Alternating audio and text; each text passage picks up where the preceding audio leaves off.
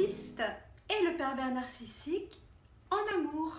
Tel est le thème de cette nouvelle vidéo. Bonjour les amis, j'espère que vous allez super bien. Je suis Anne Robacaro, autiste Asperger et vous êtes sur ma chaîne Pas mignonne. Avant de vous parler de tout ça, générique.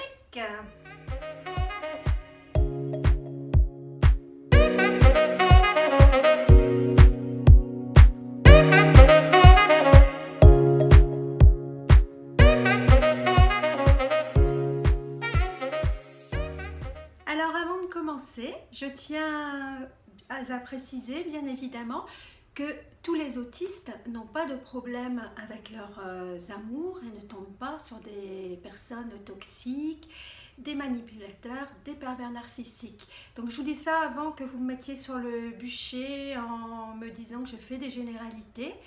Moi, cela a souvent été mon cas. Je sais en discutant avec des psychiatres et avec d'autres aspis que c'est souvent le cas.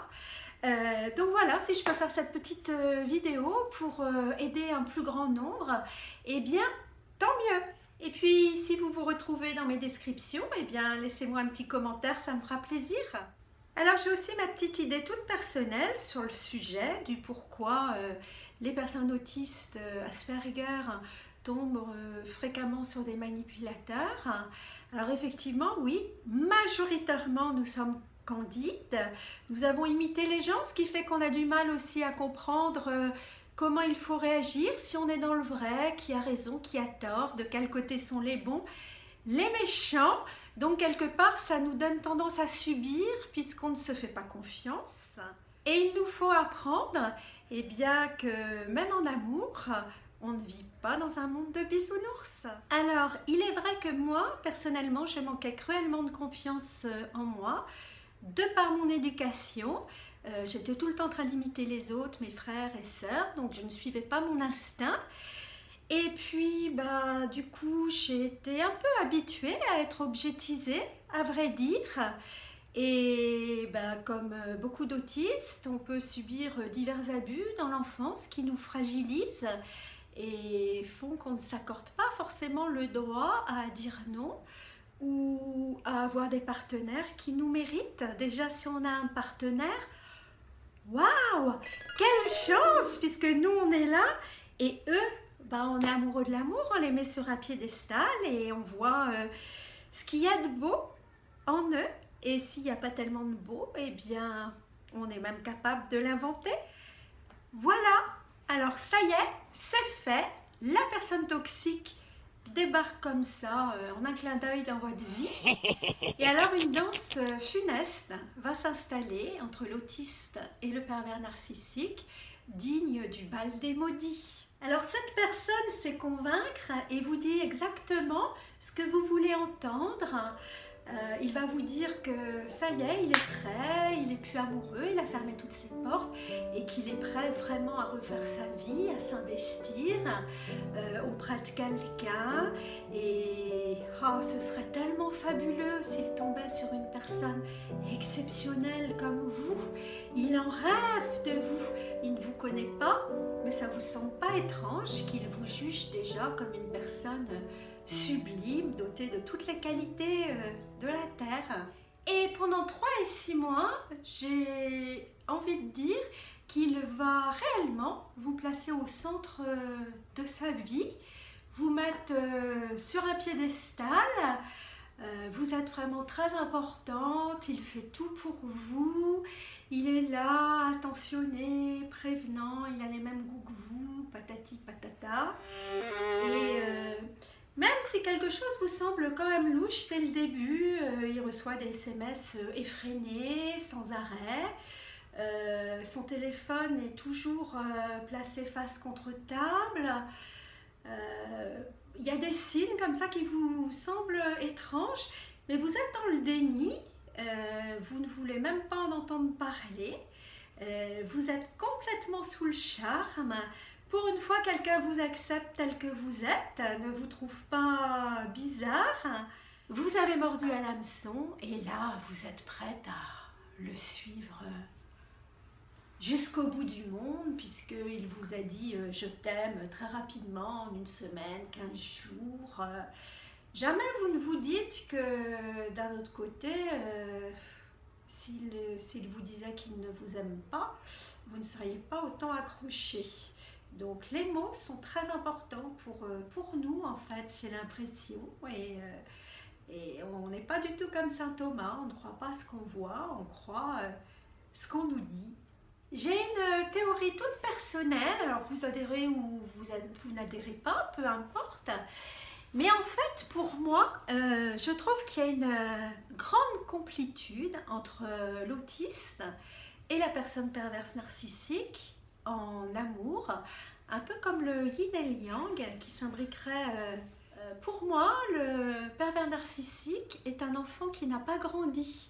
Donc il est dans la toute-puissance, dans je veux, il ne doute de rien, il est dans la possession, dans l'objectisation, il est le centre de l'univers, comme le petit enfant qui trépigne par terre. Alors, autant il est complètement intolérant à la frustration, ce pervers narcissique, que l'autiste, enfant, je dirais qu'il n'a vécu pratiquement que des frustrations. Lui, il doute de tout. Il ne pense pas être assez important pour pouvoir espérer posséder quoi que ce soit. Et il doit fournir sans arrêt un travail pour essayer de se maintenir au même niveau que les autres, ou du moins s'en approcher. Donc il ne peut pas penser obtenir plus, et surtout pas être plus important que le partenaire amoureux, ça c'est très clair. C'est pour ça, à mon avis, avec cette théorie, que l'autiste va se noyer dans cette relation. Et quand il se sera rendu compte qu'il est piégé, ce sera trop tard, il se sera déjà fait manger comme une petite souris. Au bout du compte, je pense que chacun des deux va puiser dans l'autre quelque part sa partie manquante, se réparer plus ou moins et y trouver son compte.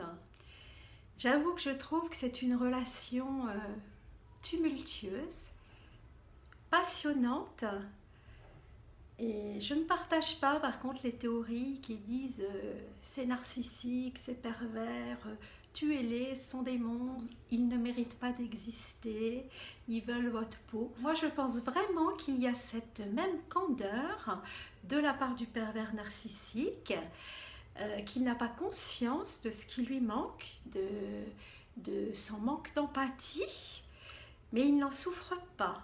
Là est la différence.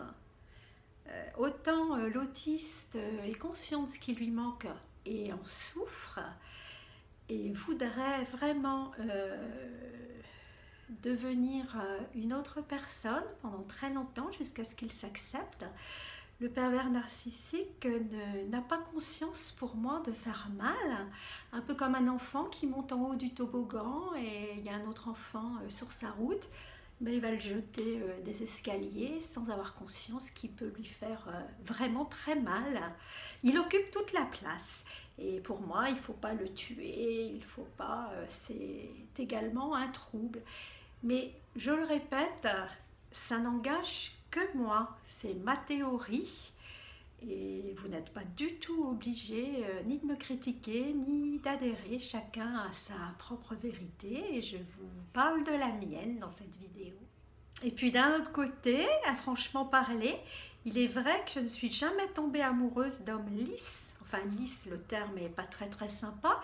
Mais d'hommes, je dirais, lambda, qui n'est pas une grosse personnalité, qui ne m'interpelle pas. Et alors, j'ai pas du tout envie de les soigner, mais c'est vrai que les gens particuliers ont tendance à me fasciner et j'ai tendance vraiment à les étudier et à y prendre plaisir. Alors, petit à petit, au bout de 6 mois, la lune de miel s'achève. Et là, vous n'êtes plus aussi jolie, plus aussi parfaite, des critiques d'abord dissimulées sont carrément dites ouvertement et vous êtes en dissonance cognitive, vous ne comprenez plus rien. Et là, le pervers narcissique prend son beau bateau et s'en va découvrir d'autres îles, lassé de vous avoir découverte. Et il a envie de cieux plus cléments et de découvrir d'autres contrées. Il est occupé le week-end, vous vous voyez le dimanche soir et il vous dit si on s'est vu ce week-end, sauf que c'était le dimanche soir, donc ça vous place vraiment en dissonance cognitive. Il vous emmène en vacances partout, sous les palmiers, les cocotiers, vous étiez dans sa vie, il voulait vous présenter tout son petit monde. Et puis là, quelque part, vous vous retrouvez une semaine par an au camping de la gare de Vierzon. Alors une femme, je pense, plus neurotypique, là, pèterait un câble, commencera à faire des reproches pour que vous notiez la différence. En tous les cas, moi, la différence que j'ai eue, c'est que moi, très longtemps, je suis restée dans le déni.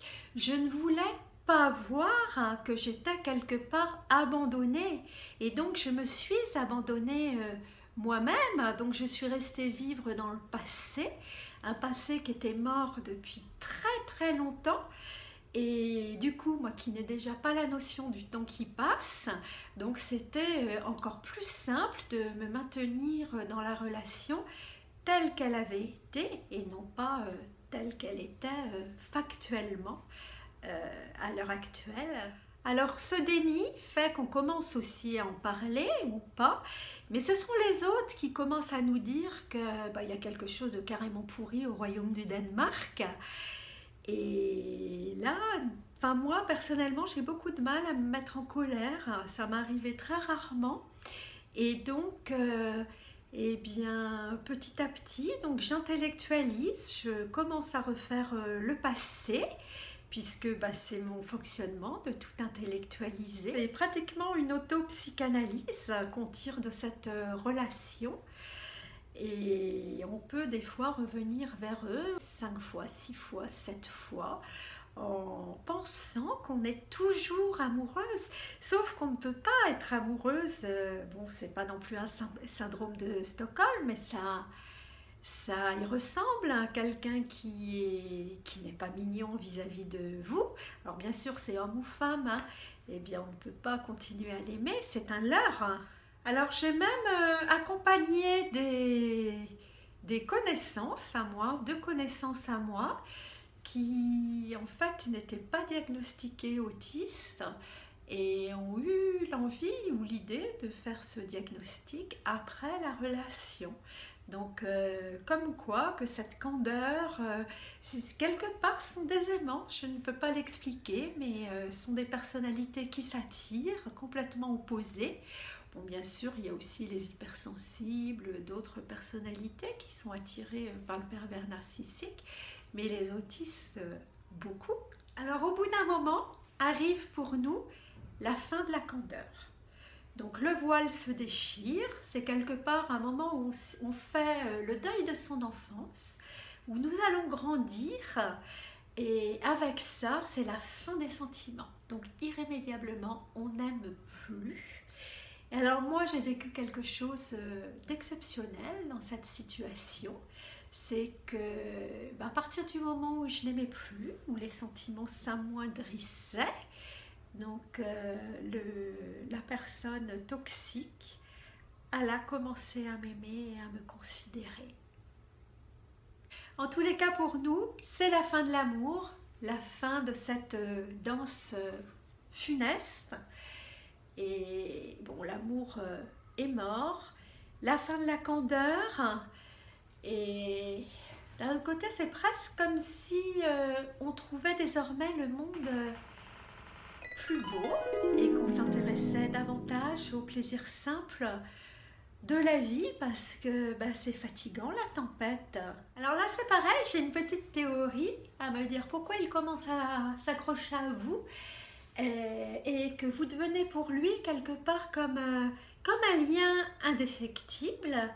Eh bien, sa théorie, c'est que n'ayant pas pu ou voulu grandir, quelque part, c'est une sorte de syndrome de Peter Pan, hein, pour moi. Donc, cette personne, en étant mauvaise, en vous rejetant sans arrêt, eh bien, il vous teste. C'est comme s'il était à la recherche quelque part de cet amour inconditionnel, maternel, qu'il a perdu. Comme s'il n'avait pas grandi et coupé le cordon d'avec sa mère. Et peut-être qu'à ce moment, puisque étant quand même de nature beaucoup plus pacifique, on ne le rejette pas vraiment, on ne l'insulte pas, on est prêt à avoir une relation différente, plus apaisée, voire amicale. Donc quelque part, on lui prouve que cet amour inconditionnel existe chez certaines femmes et donc il n'est pas nécessaire de les détruire. Et c'est peut-être à ce moment-là d'ailleurs que lui commence à nous aimer. En même temps, du coup, qu'on a commencé à s'affirmer, arrive la période de questionnement du pervers narcissique où lui il commence un peu plus à douter, il commence un peu plus en tous les cas à considérer l'autre.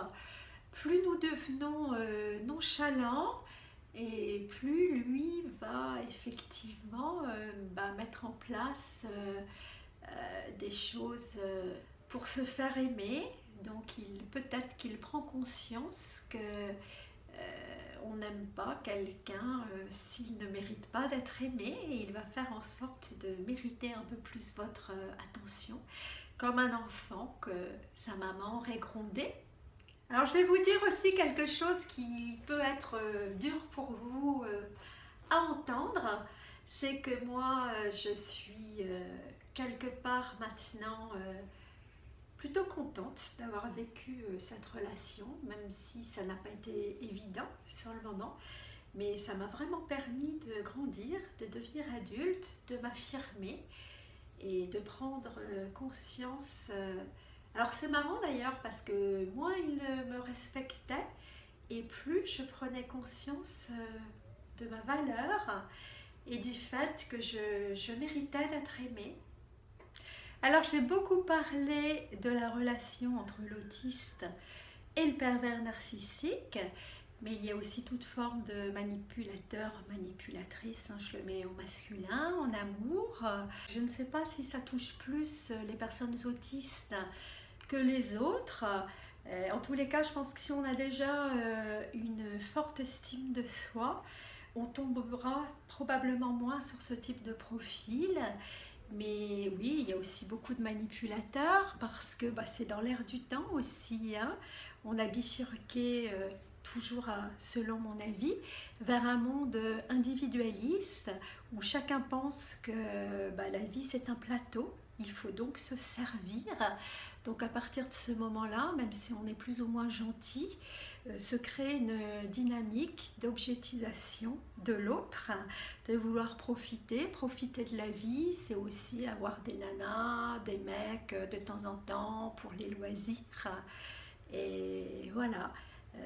Alors je ne sais pas si tous les autistes sont comme moi assez old school. Donc moi ayant été objetisée durant ma jeunesse, mon enfance, c'est quelque chose que je ne peux absolument pas concevoir dans mes rapports aux autres. Voilà mes amis, c'était mon témoignage. J'espère que voilà, quelque part sur cette vidéo, pas trop de gens vont s'y retrouver parce que c'est pas très gai, enfin c'est pas gai quand on le vit sur le moment. Maintenant je pense que je ne serais pas la personne que je suis si je n'avais pas vécu cette histoire toxique. Bon, en tous les cas, nous avons vu donc les personnes toxiques au travail, en amour. Et donc le troisième volet, ce sera effectivement donc les personnes toxiques. Eh bien, j'ai envie de dire tous les autres. La boulangère, la femme de ménage, le patron. Non, le patron c'était le travail, donc ça c'est déjà fait. La famille, les parents, les frangins, voilà, tout ça. Donc je vous dis à très très bientôt et j'espère vous avoir fait réfléchir réfléchir. Et voilà, abonnez-vous à ma chaîne, puisque pour moi c'est vraiment devenu un grand intérêt spécifique. Et je vous embrasse bien fort, mes abonnés, et à très bientôt.